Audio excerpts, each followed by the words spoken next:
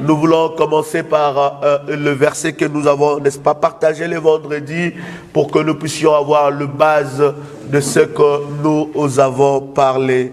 Romains, je disais, chapitre 8, le verset 30, la Bible dit, je lis au nom de Jésus-Christ, et c'est qu'il a prédestiné, il les a aussi appelés. Et ce qu'il a appelé, il les a aussi justifiés. Et ce qu'il a justifié, il les a aussi glorifiés. Amen. Nous sommes appelés de Dieu et nous avons expliqué cela le vendredi. Nous avons dit, Église, ce n'est pas un bâtiment. L'Église n'est pas une dénomination. L'Église, c'est vous et moi. Et nous avons donné la définition de l'Église. Nous avons dit que l'Église vient du grec ecclésia, qui veut dire sortir en dehors d'eux. Alléluia, mis à part. Et nous avons expliqué cela. Et nous avons dit que ce verset nous montre comment est-ce que nous sommes appelés de Dieu. Venir à l'Église n'est pas une faveur que nous faisons à Dieu. Venir à l'église, c'est un appel que Dieu nous donne. Amen. Et nous sommes les privilégiés d'être parmi ceux-là que Dieu appelle. Donc je disais, et ceux qu'il a prédestinés, il les a aussi appelés. Et ceux qu'il a appelés, il les a aussi justifiés. Et ceux qu'il a justifiés, il les a aussi glorifiés. Matthieu, le chapitre 24, le verset 15. La Bible dit, c'est pourquoi lorsque vous verrez l'abomination de la désolation dont a parlé le prophète Daniel, établi en lieu saint, l'abomination de la désolation qu'a parlé le prophète Daniel, établi en lieu saint, même dans la maison de Dieu, que celui qui lit fasse attention. Et nous avons lu ensemble avec vous dans Daniel le chapitre 9, le verset 27, juste pour voir qu'est-ce que le prophète Daniel a déclaré. Est-ce que vous êtes avec moi? Daniel chapitre 9 verset 27, c'est quelques versets basiques pour nous aider, n'est-ce pas, pour que nous puissions décoller dans notre deuxième partie. Ces versets plutôt sont vraiment basiques et j'aimerais que nous puissions, n'est-ce pas, le retenir. Daniel chapitre 9, le verset 27, je lis au nom de Jésus-Christ. Il fera une solide alliance avec plusieurs pour une semaine.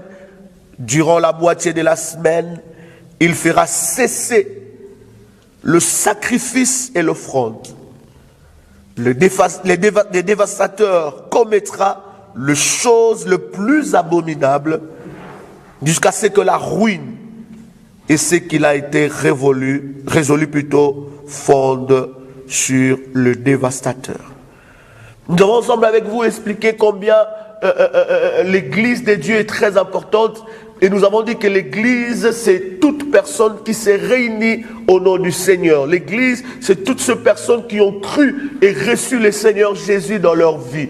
Alors, on appelle église pas un bâtiment, on appelle église pas une dénomination, par exemple, mission évangélique pour le salut des âmes, mais ça, non. On appelle église les personnes qui sont dans cet ensemble-là. Amen et bien. Donc nous avons expliqué cela et nous avons dit que nous avons l'église universelle ou l'église corps du Christ, cette église qui est sans tache ni ride.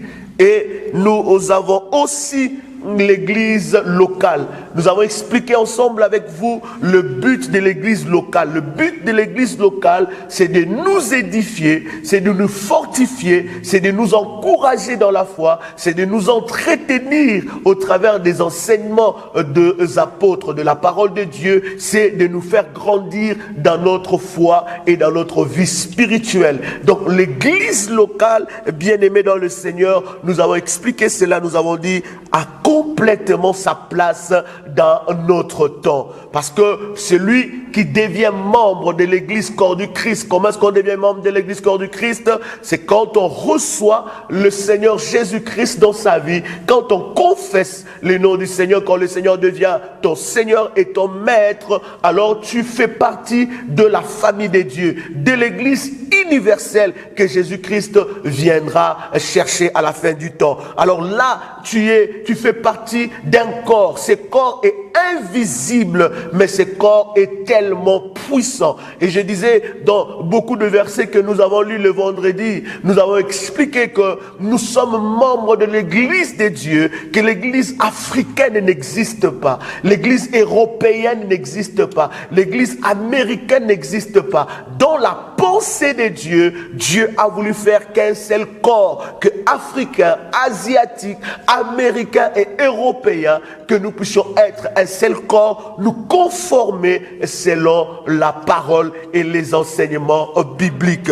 Et cela est très important que nous puissions comprendre cela et de dire que non, je vais à l'église. Oui, je veux me réunir avec mes bien-aimés parce que l'église de Dieu, c'est vous et moi. Mais ça existe parce que vous et moi, nous sommes là. Dieu nous met dans une certaine église locale par rapport à la vision ou par rapport à ce que Dieu, n'est-ce pas, a tracé dans notre destinée. Voilà pourquoi j'ai toujours eu l'habitude de dire, avant d'aller dans une église locale, ne va pas parce qu'on t'a invité, ne va pas parce que tu n'as rien à faire, ne va pas parce que c'est à côté de chez toi, mais va dans une église parce que tu as prié le Seigneur et le Seigneur t'a conduit dans ce lieu-là. Le but de l'église, c'est de grandir dans la foi, c'est d'être instruit dans la foi, c'est de recevoir les enseignements du Seigneur. Nous avons lu ensemble avec vous dans Actes des Apôtres, le chapitre 2, le verset 42. J'aimerais que nous puissions lire encore cela.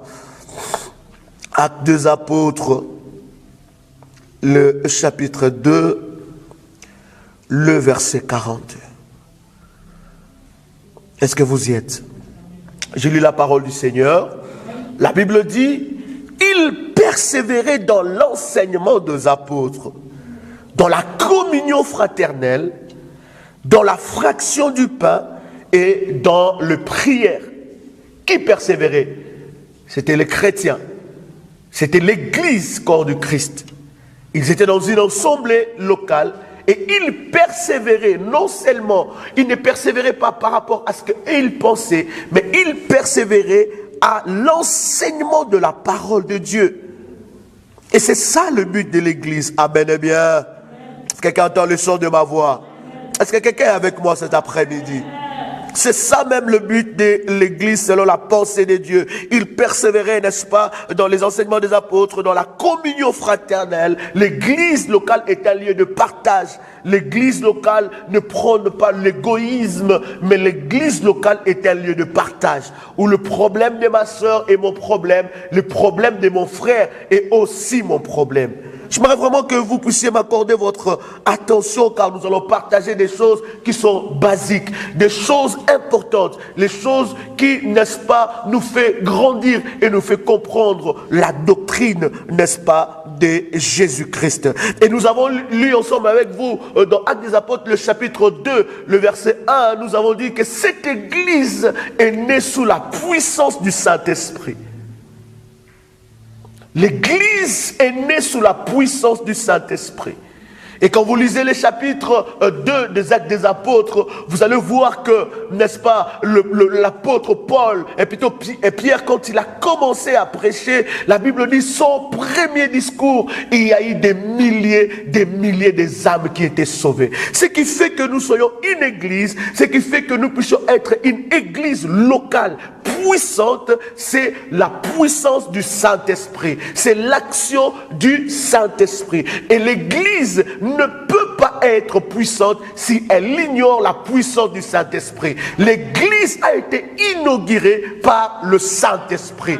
Le Saint-Esprit est notre guide. Le Saint-Esprit est celui qui dirige l'église. L'église locale n'est pas conduite par rapport aux institutions de ce monde. L'église locale n'est pas conduite par rapport à ce que le politique dise. Mais l'église locale est conduite par le Saint-Esprit et selon les enseignements de la parole de Dieu. Amen. Il y a certaines vérités que nous devons remettre, bien-aimés, parce que nous sommes en train de parler de ces thèmes de l'église et la mondialisation. Nous nous rendons compte qu'au lieu que le monde se conforme à ce que la parole de Dieu dit, mais plutôt c'est l'église locale qui se conforme à ce que le monde, n'est-ce pas, impose. L'église, n'est-ce pas, le véritable modèle de l'église locale, c'est selon les enseignements de Jésus-Christ. Amen et bien. L'Église est née, bien aimé, sous la puissance du Saint-Esprit. L'Église est née sous la puissance du Saint-Esprit. J'aimerais ensemble avec vous ouvrir encore, n'est-ce pas, ces paragraphes qui va, n'est-ce pas, nous aider à chuter dans cet enseignement. Nous voulons parler sur les différents courants et formes des églises locales et des communautés chrétiennes. Bien aimés, nous devons comprendre que le premier mouvement, le tout premier mouvement de l'église après l'infusion du Saint-Esprit, c'est, n'est-ce pas, le christianisme. Le christianisme était le premier mouvement après que le Saint-Esprit puisse descendre. La Bible dit que les apôtres ont fait des miracles extraordinaires. Il y a eu des choses extraordinaires et le premier mouvement qui a commencé après l'enlèvement du Seigneur, après que le Seigneur puisse monter dans le ciel, après sa résurrection, c'était le christianisme.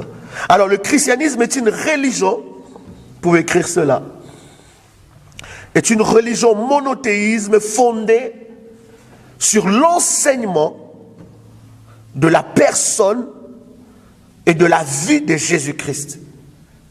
Le christianisme est un mouvement monothéisme. Quand nous disons mouvement monothéisme, c'est un mouvement qui croit qu'à un seul Dieu. Alléluia. Amen. Et les enseignements du christianisme, bien aimé dans le Seigneur, est fondé sur la personne de Jésus-Christ. Est-ce que vous êtes avec moi? Amen. Et le christianisme s'est basé sur les 4 évangiles. Voilà pourquoi, bien aimé dans le Seigneur, quand tu reçois le Seigneur Jésus, quand tu commences le premier pas de la foi, tu dois apprendre à maîtriser les 4 premiers évangiles du Nouveau Testament. C'est ça qui fait la foi chrétienne. Parce que notre foi est basée, n'est-ce pas, sur la personne de Jésus-Christ. Alors le christianisme est une religion du salut, qui croit au salut. Le christianisme vient sauver l'humanité du mal, à la faire participer à la vie de Dieu. Le christianisme présente Dieu comme un Dieu d'amour. C'est par amour que Dieu veut faire participer l'humanité à son bonheur qui est d'aimer. Est-ce que vous êtes avec moi? Le christianisme se veut porteur du message du Christ qui annonce l'amour. Le christianisme, leur message phare, leur fondement, c'était l'amour. Ils parlaient d'un Dieu, non un père fouettard, mais ils parlaient d'un Dieu d'amour. Un Dieu qui nous appelle à participer, n'est-ce pas, à son bonheur qu'il nous offre.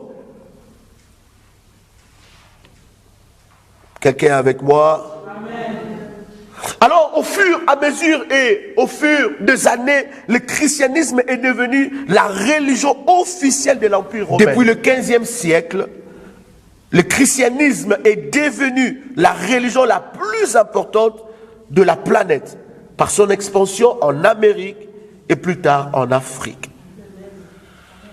Alors, nous pouvons compter, n'est-ce pas, dans le continent, combien de chrétiens ou comment est-ce que le mouvement christianisme a pris de l'ampleur. Alors, parlons un peu des États-Unis. Les États-Unis, ils ont beaucoup de protestants. Ils ont environ 160 millions de fidèles estimés. Au Brésil, il y a beaucoup de catholicisme. Quand je parle du christianisme, je parle de tout le mouvement du christianisme. Au Brésil, par exemple, ils ont beaucoup de catholicisme avec environ 130 millions de fidèles estimés. Et la Russie, il y a l'orthodoxie avec environ 100 millions de fidèles estimés. En Russie, il y a beaucoup des orthodoxes. Amen. Amen. Alors, on essaie d'évaluer, les chercheurs, n'est-ce pas, bibliques ont essayé d'évaluer le nombre de chrétiens qui est sur la planète. Ils ont essayé d'évaluer, ils ont dit, il y a près de 2,376 milliards chrétiens, dont la moitié sont catholiques, 37%, protestants 12%, avec l'orthodoxe Amen et bien. Alors nous avons parlé du premier mouvement qui était le mouvement, n'est-ce pas, du christianisme. Ce mouvement a commencé après que Jésus soit enlevé, après que le Saint-Esprit puisse descendre, après que les apôtres expérimentent de choses extraordinaires. Ce premier mouvement était un mouvement qui a tracé le chemin, un mouvement, n'est-ce pas, qui a ouvert beaucoup de portes. Alors la première communauté, j'ai écrit, la première communauté chrétienne naît au 1er siècle au sein de la diaspora juive, après la crucifixion de Jésus-Christ. Cela a été la première communauté. Et il y a eu beaucoup d'églises à Antioche, beaucoup, n'est-ce pas, à Éphèse, Alexandrie. C'était la première, la toute première communauté chrétienne. Cela est né, n'est-ce pas, avec le consentement ou bien le travail de la diaspora juive. Alors parlons du deuxième courant qui est le catholicisme. Comment est-ce qu'est né le catholicisme? Comment est-ce qu'a commencé? Je ne voudrais pas vraiment entrer dans les détails parce que les théologiens savent bien le faire avec moi. Mais ils savent bien le faire plus que moi plutôt, j'allais dire. Mais j'aimerais ensemble avec vous effleurer, aller seulement apprendre quelques détails près pour nous aider à comprendre quel est le message que Dieu veut réellement nous dire. Parce que si nous entrons dans le détail, il y a à boire et à manger et dans tout cela. Mais j'aimerais seulement prendre quelques expressions, quelques lignes, quelques faits marquants pour que nous puissions comprendre, n'est-ce pas, comment s'est déroulé, n'est-ce pas, le christianisme dont nous faisons partie. Amen bien. Alors, deuxième courant, je disais, c'était le catholicisme. Alors, j'écris l'usage du terme catholicisme est une histoire qui remonte au XVe siècle pour marquer la différence avec la confession protestante. Alors, chez les catholiques, ils disent que le premier pape, c'est l'apôtre Paul. Là encore, il y a à boire et à manger, il y a beaucoup de choses à en parler. Et vous allez comprendre certains nombre de choses avec nous. Amen. Bien. Alors dans le catholicisme, la vie chrétienne est marquée par le sacrement. Le catholicisme, la vie chrétienne est marquée par le sacrement. Nous connaissons, je pense que nombreux d'entre nous ont été, n'est-ce pas, dans l'église, le mouvement catholique, parce que je suis aussi fils d'un papa qui était un haut responsable, on l'appelait Papa Mokambi, c'est un encadreur de plusieurs personnes dans le catholicisme. Et je pense qu'il rêvait que nous devenons tous des prêtres. Amen bien. Amen. Alors le catholicisme, la vie chrétienne est marquée sur le sacrement, le baptême, la confirmation, l'eucharistie, la réconciliation, le mariage, l'onction de malade. Et dans le catholicisme, il y avait le diacre aussi, on commençait là, le prêtre et les évêques, l'ordination et aussi l'œuvre du catholicisme. C'est vrai que dans la Bible, on a ordonné plusieurs, mais quand on parlait du mouvement, le catholicisme a été le premier, n'est-ce pas, le précurseur à accomplir cela. Le catholicisme peut être vécu selon le divers états de vie laïque. Il y a des laïcs, il y a des consacrés, il y a des ordonnés. Et dans une grande diversité de courants et d'organisations. Vous allez voir, quand l'église catholique, qui est appelée aussi l'église romaine, a commencé, l'église catholique était une église qui a commencé avec la politique. Alors, ça veut dire que la religion du prince ou la religion du roi était la religion de ses sujets. Et dans l'église catholique, le numéro 1, n'est-ce pas, de l'église catholique, c'était le pape, mais qui était en collaboration étroite avec l'État. Donc la politique faisait partie de l'église catholique. Et vous allez voir, quand vous entrez vraiment dans le plus détail, vous allez comprendre qu'il y a eu beaucoup de réformes dans l'église catholique qui ont fait que ces prêtres, n'est-ce pas, ont bâti, n'est-ce pas, l'église catholique. Cette église qui était, n'est-ce pas, dirigée aussi par le roi et par le pape. Il y avait un seul représentant. ces représentants-là étaient, n'est-ce pas, celui qui dirigeait, qui était l'autorité morale de l'Église catholique. Est-ce que vous êtes avec moi? Alors dans cette Église catholique, il y avait 4 conciles qui fixèrent dans l'Église catholique des dogmes comme le purgatoire, l'infaillible papal et la discipline des célibats de prêtres. Donc il y avait 4 personnes, 4 évêques, 14 plutôt évêques. Ces personnes, c'était des autorités morales, n'est-ce pas, à l'Église catholique. Et ils ont fixé ces choses-là, des confessions, le célibat de prêtres, ces choses qui n'avaient aucun rapport avec la parole de Dieu. Quelqu'un entend le son de ma voix? Voilà pourquoi vous allez même remarquer que, et même après, au fur et à mesure, après le temps sont passés, ils ont eux-mêmes commencé n'est-ce pas, à transgresser les lois que eux-mêmes ont instaurées et puis fixées. Vous allez voir que maintenant, le prêtre peut se dire, je ne suis pas là pour juger qui que ce soit, mais nous sommes en train de voir le fait de la société. Vous allez voir le prêtre qui s'est dit célibataire, mais derrière ça, il a au moins 5 ou 6 enfants. Donc il y avait 14 conciles, il faut comprendre cela. 14 conciles qui ont fixé des lois, des doctrines qui n'ont rien à voir avec la parole de Dieu. Parlons du 3e mouvement ou du 3e courant, c'est l'orthodoxie ou l'autocéphale. Est-ce que vous êtes avec moi? Premier mouvement, nous avons dit, il y avait le christianisme. Dans le christianisme, ceux qui ont commencé l'église, n'est-ce pas, du christianisme, c'était la diaspora juive. Et après, au fur des années, il y a eu la création de l'église catholique. Certains disent c'est au 1er siècle, il y en a qui disent au 15e siècle que l'église catholique a commencé. Et l'église catholique a commencé parce que l'empereur ou bien le prince voulait assujettir le peuple à sa religion. Donc ça veut dire que la religion du prince, c'était la religion que le peuple devait avoir. Et le peuple ne pouvait pas avoir une autre religion que la religion du prince ou de l'empereur. Et c'était vraiment, n'est-ce pas, la religion qui était imposée. Et dans ce mouvement-là, il y a eu des personnes qui ont amené des doctrines qui n'avaient rien à voir avec la parole de Dieu. Nous allons comprendre, bien aimé, au travers de cela, dans quelle église nous sommes. Dans quelle communauté nous faisons partie. Amen. Eh bien, est-ce que quelqu'un est avec moi? Alors, 3e courant, il y a eu le courant de l'orthodoxie, je disais, ou autocéphale.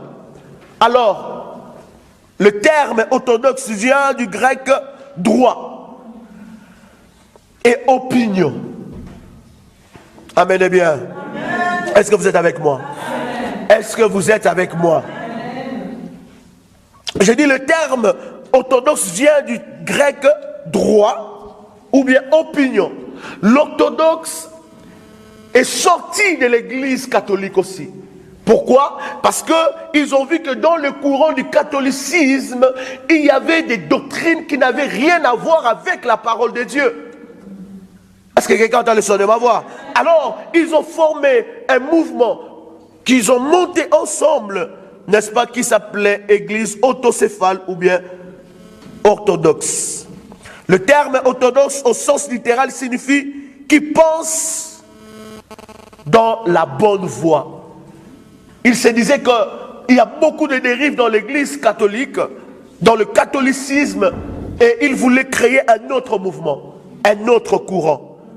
L'église orthodoxe sont organisées en église. Donc c'était pas une église qui était dirigée par un pape, c'était pas une église qui était dirigée par une autorité morale, comme bien même maintenant il y a une autorité morale, mais dans la pensée du commencement, c'était une église qui était dirigée par des collèges. Il y avait 7 conciles qui, n'est-ce pas, a dirigé l'église orthodoxe. Alors, au début du XXe siècle, on dénombre 260 millions d'orthodoxes ils représentent environ 12% des chrétiens. Les orthodoxes, c'est aussi des chrétiens. D'où est venu le terme réforme. Le réformateur. Et dans le terme réforme, nous allons voir tout le courant que nous connaissons aujourd'hui. Et nous allons comprendre ensemble avec vous dans quelle église devons-nous être. Quel courant nous sommes. Parce que quand il y a eu encore les églises issues de réforme, c'est que ils étaient dans le catholicisme, ils ne se sont pas entendus, ils ont regardé les orthodoxes, ils ne se sont pas retrouvés, les humains, et n'est-ce pas, ces personnes, ces autorités morales sont partis créer des églises issues des réformes. Alors je disais avec vous que l'adoption de la réforme a aussi un caractère politique, c'est un moyen pour le prince d'affirmer leur indépendance face à une papauté revendiquant une théocratie universelle. En fait, le mouvement de réforme a commencé parce que, après que le catholicisme puisse, n'est-ce pas, imposer une seule religion, il y a eu quand même de rebelles, de princes qui n'étaient pas d'accord qu'il y ait une seule religion. Alors ils ont ensemble stimulé ou bien monté un mouvement avec des évêques bien sûr et des pasteurs, ce mouvement qui est appelé réforme, où dans ces mouvements il n'allait pas avoir une religion universelle, où chacun pouvait, n'est-ce pas, communier à sa foi ou bien vivre sa foi particulièrement selon ses attentes et selon son courant. Et c'est là le prince, n'est-ce pas, ont commencé cela. Est-ce que vous êtes avec moi? Est-ce que vous êtes avec moi?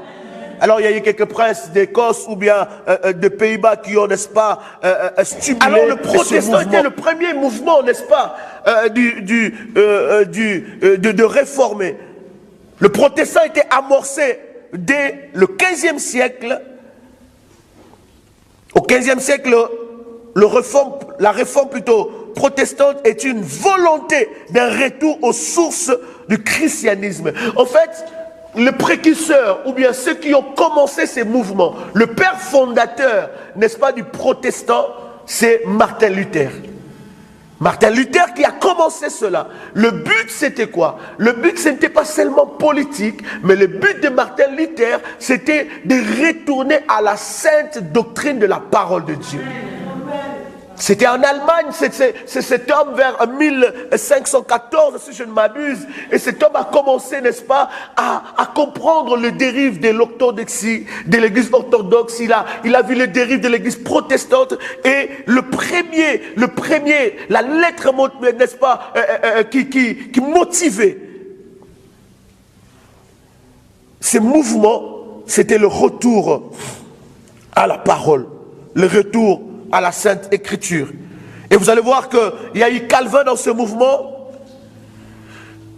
Jean Calvin, il y a eu Martin Luther, ces personnes importantes, bien aimées dans le Seigneur, qui ont, n'est-ce pas, commencé ce mouvement. Un mouvement qui voulait donner le pouvoir aux indulgents. Un mouvement qui voulait, n'est-ce pas, casser ce système d'avoir une seule religion. Ce mouvement voulait, n'est-ce pas, que chacun de nous puisse expérimenter la foi chrétienne et qu'il rentre, n'est-ce pas, dans la Sainte Écriture. Et vous allez voir au cours des années, Martin Luther aussi, lui aussi est tombé dans la dérive. Il est tombé aussi dans le piège. Pourquoi, bien aimé dans le Seigneur? Parce qu'ils avaient, n'est-ce pas, commencé certaines doctrines qui étaient en dehors de la parole de Dieu. Ils ont maintenu aussi certaines doctrines qui étaient en dehors de la parole de Dieu. Vous allez voir aussi les nazis se réfèrent aussi beaucoup aux enseignements de Martin Luther. Vous connaissez les nazis, n'est-ce pas? Ils se réfèrent beaucoup aux enseignements de Martin Luther. Beaucoup de dérives aussi, n'est-ce pas, a conduit Martin Luther parce qu'il s'opposait farouchement aux Juifs. Amen et bien. Alors dans ce mouvement, il y a aussi les baptistes, les méthodistes, je vous ai parlé de détail, les pentecôtistes, il y a aussi les davidistes, il y a eu aussi les luthériens, les calvinistes, il y a eu les mélonites, il y a eu tellement, bien aimé dans le Seigneur, des mouvements, et entre autres, il y a eu le mouvement évangélique. Est-ce que nous comprenons d'où nous venons? Oh. Est-ce que tu comprends d'où tu viens? Alléluia. Alléluia. Et hier, je parlais tantôt des pionniers de ces réformes. Je parlais de Martin Luther, qui a commencé, n'est-ce pas, en Allemagne. Alors, le fondement de l'enseignement de Martin Luther, c'était le retour à l'enseignement de la parole. Et Martin Luther prônait le salut de l'âme et est un libre don de Dieu, reçu de la repentance sincère, la foi authentique en Jésus-Christ comme le Messie, sans intercession possible de l'Église. Alors, l'Église catholique est pensée, selon leur doctrine, que si on prie pour quelqu'un beaucoup de fois, cette personne peut recevoir le salut. Voilà pourquoi il faut même le messe des morts. Quand quelqu'un est mort, on prie pour lui, que la Sainte Marie puisse le recevoir. On prie pour cette personne pour que Dieu pardonne ses péchés et qu'il devienne saint. Et pour eux, ils croyaient en cette doctrine que quand une personne meurt, il a la possibilité d'être racheté ou de recevoir le salut. Or, le salut, nous le recevons quand nous acceptons le Seigneur dans notre vie. Le salut est une démarche personnelle que nous faisons quand nous confessons la foi. Alléluia. Et Martin Luther était pour que la foi, le salut s'obtient par le moyen de la foi et par le Seigneur Jésus-Christ et non au canal de l'intercession de l'Église ou par n'importe quel rituel. Ces pionniers, il y a eu encore Ulrich Zwingli. Il faut retenir ce nom-là. Ulrich Zwingli. Que quand le son de ma voix. Vous allez voir que toutes ces personnes que nous sommes en train de parler, bien aimés dans le Seigneur, toutes ces personnes que nous sommes en train de parler ont d'une manière ou d'autre passé en Suisse.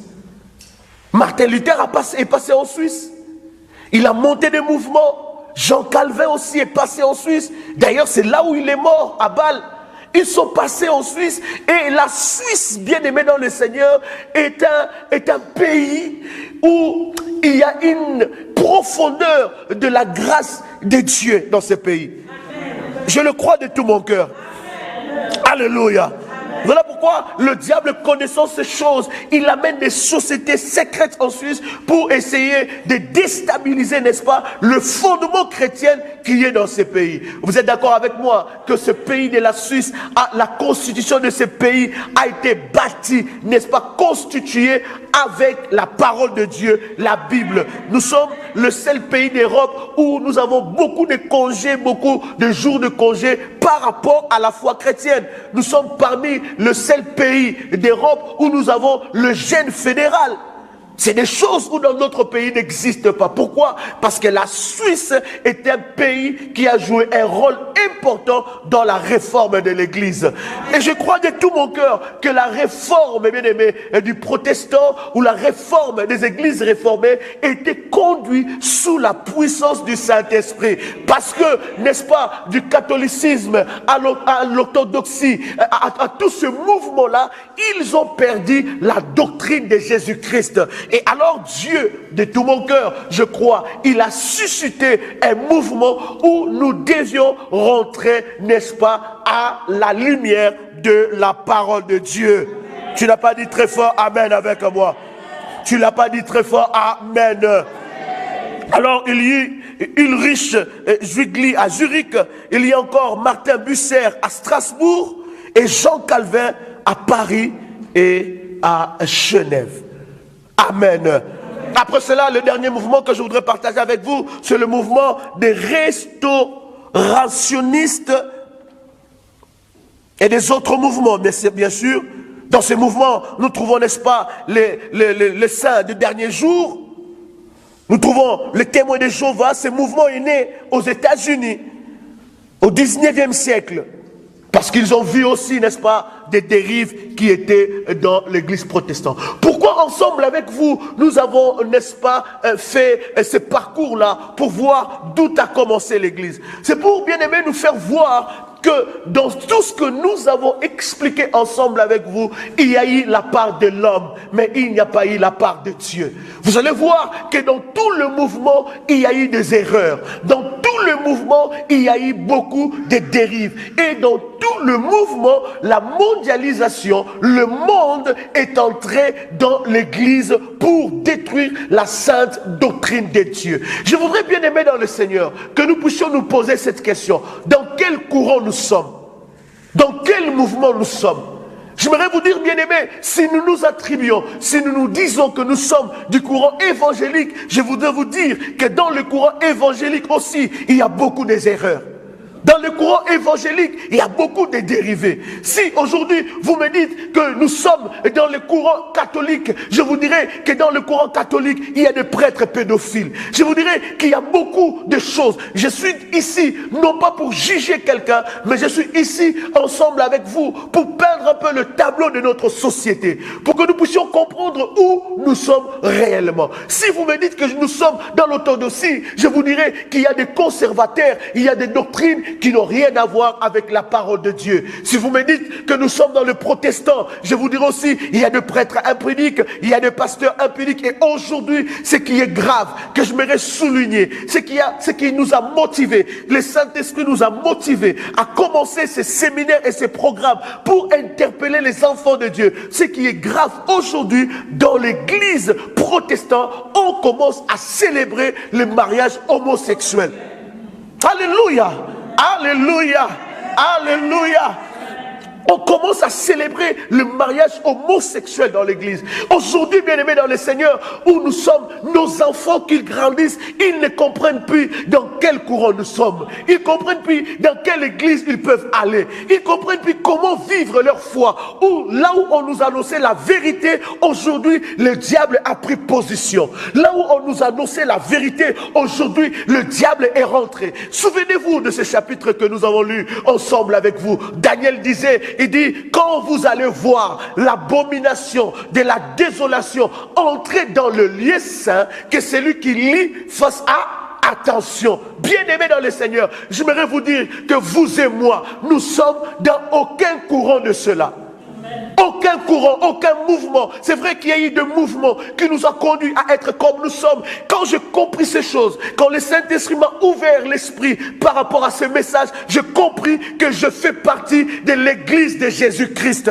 Je ne suis pas évangélique, je ne suis pas protestant, je ne suis pas catholique, je ne suis pas orthodoxe, je ne suis pas je ne suis pas témoin de Jéhovah, je ne suis pas adventiste, je ne suis pas chrétien du 7e jour ou saint du 7e jour, je ne suis pas évangélique, charismatique, réformé, mais non, bien-aimé, je suis membre de l'église de Jésus-Christ.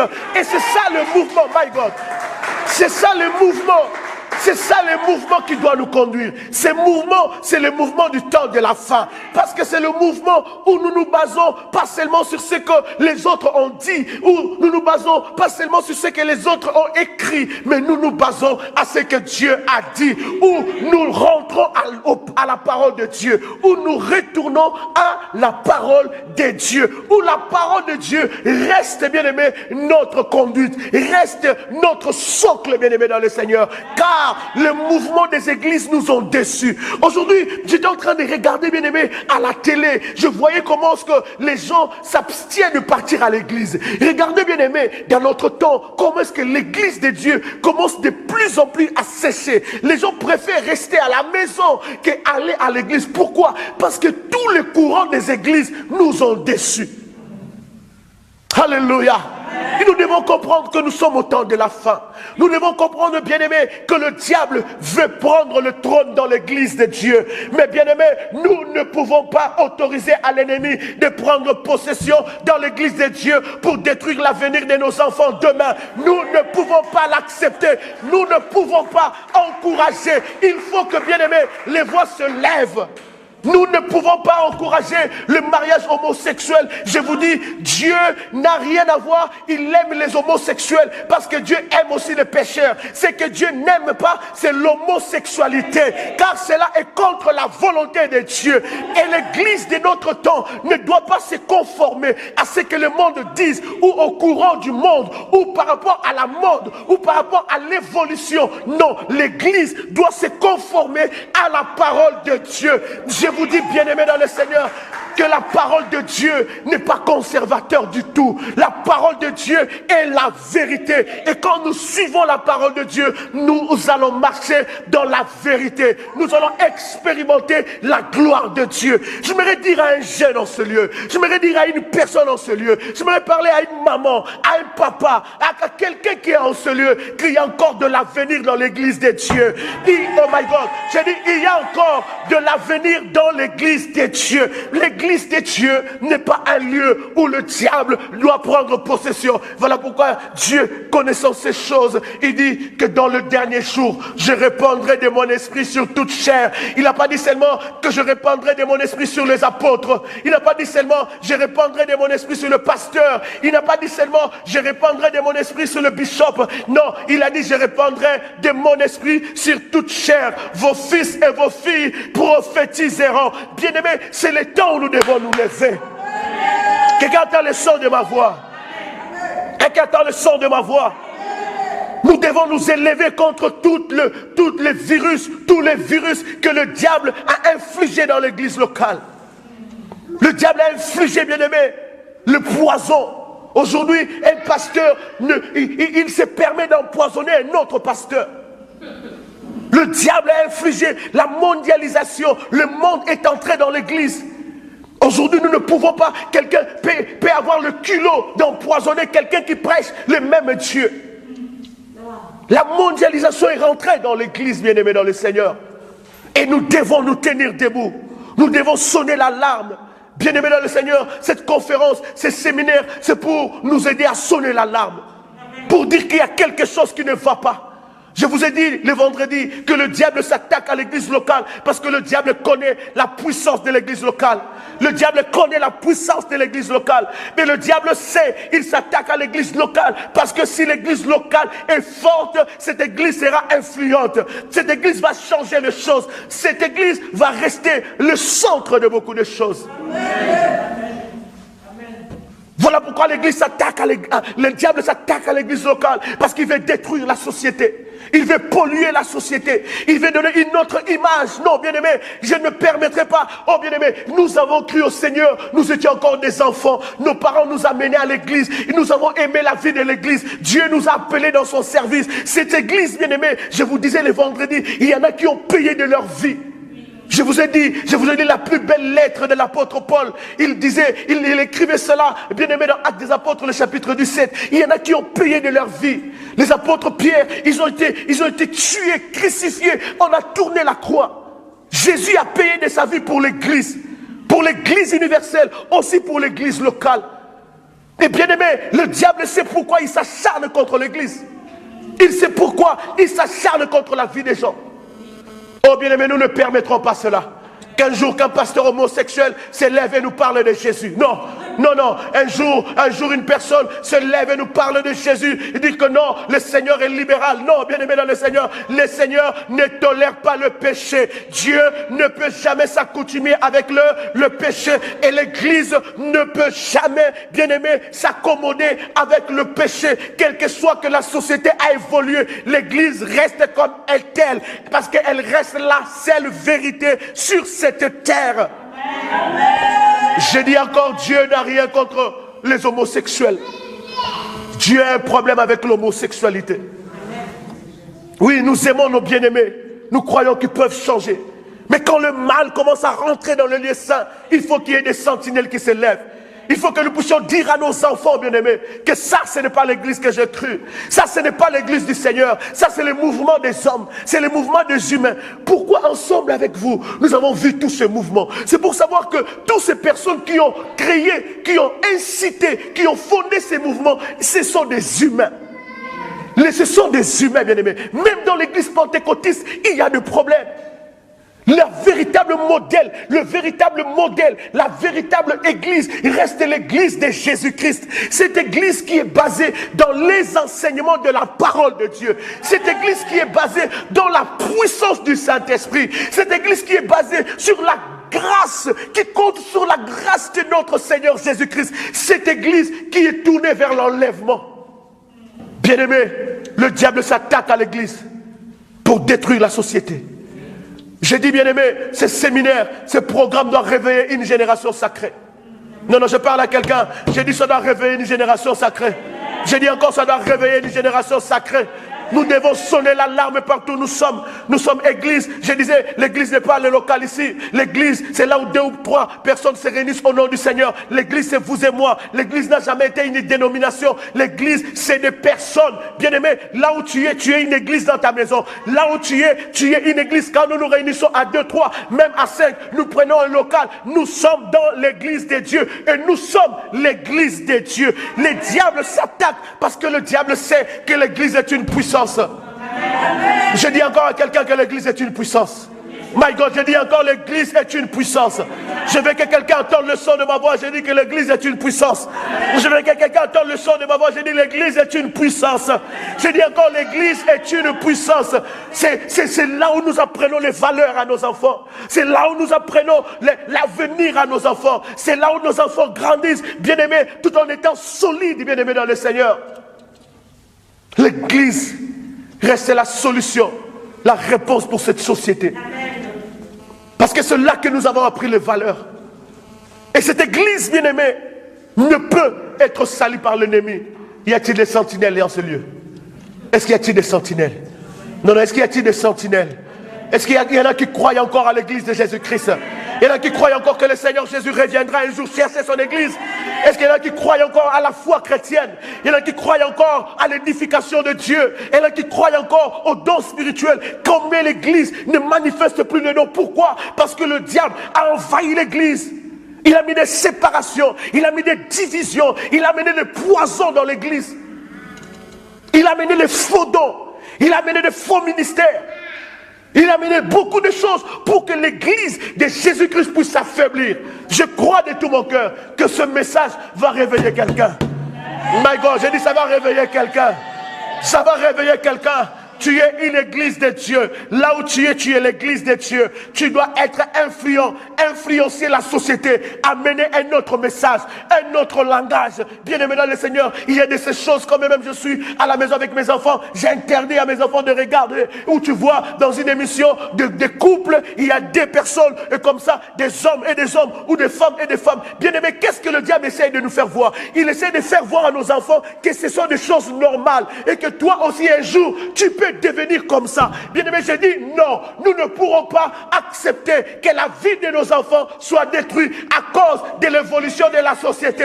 Ça n'a rien à voir. Nous sommes dans l'église de Dieu et dans l'église de Dieu, il y a des valeurs et ces valeurs-là vont faire de nous des hommes et des femmes équilibrés dans la société. My God, quelqu'un entend le son de ma voix? Quelqu'un entend le son de ma voix? Combien de faux serviteurs sont infiltrés dans l'église? Combien de faux serviteurs, ils ont des millions de âmes. Ils conduisent toutes ces personnes en enfer. Où on ne parle pas de la vraie doctrine. On ne parle pas du péché. On ne dit pas aux gens qui doivent se repentir. Où on vous parle matin, midi, soir, du 1er jusqu'au 31, bénédiction, bénédiction, bénédiction. Mais je me te dire, la bénédiction n'arrive jamais là où il y a le péché. Quelqu'un entend le son de ma voix? Nous devons comprendre, bien-aimés, quel est le message de ce temps. Quel temps nous sommes? Daniel a dit, quand vous verrez l'abomination entrer, nous sommes dans un temps abominable, où quand tu regardes avec les yeux physiques, tu peux détester d'aller à l'église. Et c'est ça le but du diable, c'est de te retenir tout seul à ton coin, et que tu sois refroidi. Car l'église locale a un but. Et j'ai vu même sur le net, il y a beaucoup de messages qui nous interdisent d'aller dans l'église. Je vais vous dire, je vais vous choquer peut-être. L'église de Dieu n'est pas un lieu où il y a tout le monde est saint. Dans l'église de Dieu, comme nous sommes là, tout le monde n'est pas saint. Chacun de nous a son mauvais côté. Chacun de nous a un mauvais comportement, un mauvais caractère. Mais c'est quoi le travail de l'église locale? Le travail de l'église locale, c'est de nous enseigner. C'est de nous améliorer. Tu peux chercher partout sur toute la planète Terre. Tu ne trouveras jamais une église où il n'y a pas de problème. Ça n'existe pas. Dans chaque église locale où il y a des hommes, où il y a des humains, il y a toujours des problèmes. Nous avons vu ensemble avec vous, dans tout le courant du mouvement des églises, là où il y a toujours des hommes, il y a toujours des problèmes. Il y a toujours de mauvaises doctrines. Il y a toujours des choses. Mais quand nous nous identifions à l'église de Jésus-Christ, nous allons nous mettre ensemble. Et la faiblesse de ma soeur sera mon sujet de prière. Amen. La faiblesse de mon frère sera mon sujet de prière. Parce que je veux que je sois fort et que lui aussi soit fort pour qu'ensemble nous puissions défendre l'église de Dieu. Quelqu'un entend le son de ma voix? Quelqu'un entend le son de ma voix? L'église, bien aimé, l'église est encore une puissance. L'église est encore une puissance. L'église est encore une puissance. Et la pensée de Dieu est que l'église soit influente. Nous devons marcher dans l'influence. Nous devons influencer cette société. Tout le diable est en train. Il y a même des lois qui sont promulguées, des lois qui sont votées par des personnes en cravate, bien habillées, beaucoup plus âgées, qui ont fait de longues études, mais ils promulguent des lois contre l'avenir de nos enfants. Nous devons nous lever. Dis à celui qui est à côté de toi, il y a encore de l'avenir. Dis-lui bien, dis-lui, il y a une génération sacrée. Je pense que ça sera le prochain thème de notre séminaire. Il y a une génération sacrée. C'est ça ma prière. Que Dieu te lève comme cette génération sacrée. Que Dieu te lève comme cette génération sacrée. D'aller chercher ceux qui sont faibles. D'aller chercher ceux qui sont restés à la maison. Leur dire, le diable sait pourquoi il veut te retenir là. Le diable sait pourquoi il combat l'église. Parce que le diable sait que l'église est une puissance. L'ennemi fait rentrer les faits étrangers. Les faits étrangers d'entrer dans l'église. J'ai encore entendu le bien-aimé qui nous a joué le synthé le vendredi. Ce frère-là est venu des États-Unis, notre frère suisse là. Il est venu des États-Unis. Et il me disait, pasteur, ça fait longtemps que j'ai entendu de tels messages.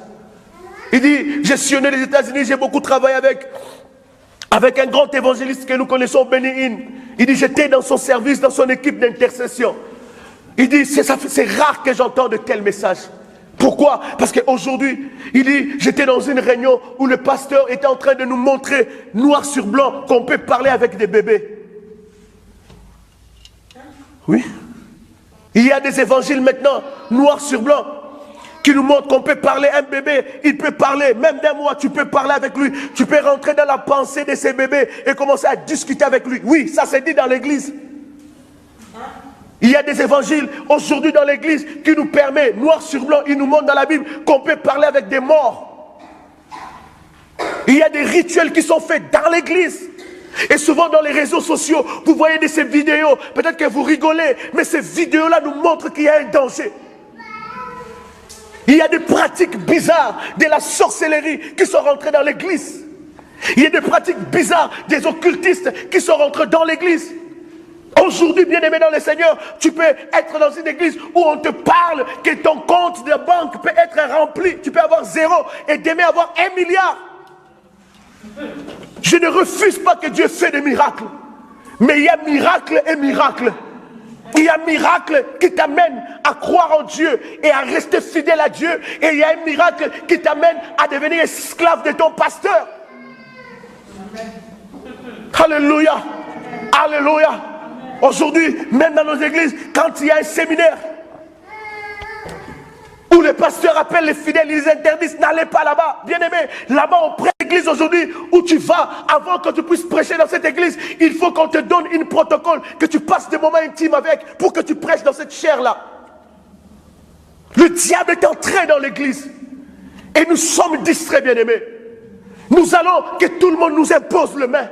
On vous dit que celui-là c'est un grand pasteur, c'est un grand bishop, il y a 1 milliard de personnes. Bien aimés, ce qui fait de nous un grand pasteur, c'est de ne pas avoir 1 milliard de personnes. Ce qui fait de nous un grand pasteur, c'est de rester fidèle à la parole de Dieu. La Bible dit qu'il arrivera beaucoup de faux prophètes. Et ce que j'aime avec la parole dit, ils entraîneront plusieurs. La Bible ne dit pas qu'ils entraîneront quelques-uns, non. La Bible dit ils entraîneront plusieurs, même les élus. Aujourd'hui, nous aimons les spectacles. Nous aimons ce qui frappe aux yeux. Combien de fois tu prends le temps de lire la Bible? Combien de fois tu prends le temps de te communier avec le Seigneur? C'est ça qui fait la force de l'église de Jésus-Christ. Nous oublions la communion de la foi. Dis à celui qui est à côté de toi, rentre à l'essentiel. Regarde celui qui est à côté de toi. Dis-lui, rentre à l'essentiel. Regarde-lui encore, rentrons à l'essentiel. Alléluia, alléluia, Alléluia. Le temps est mauvais, le temps est dur.